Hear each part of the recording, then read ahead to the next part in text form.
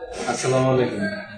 তো এই যে আমাদের জাহাঙ্গীর সাহেব মেড বাই নোয়াখালী, তো সে তো আমাদের নরপুরের ওয়ান পিসের পরে আর ওয়ানটা বললাম না, ওয়ান পিস আরেকজন ওয়ান পিসও আছে।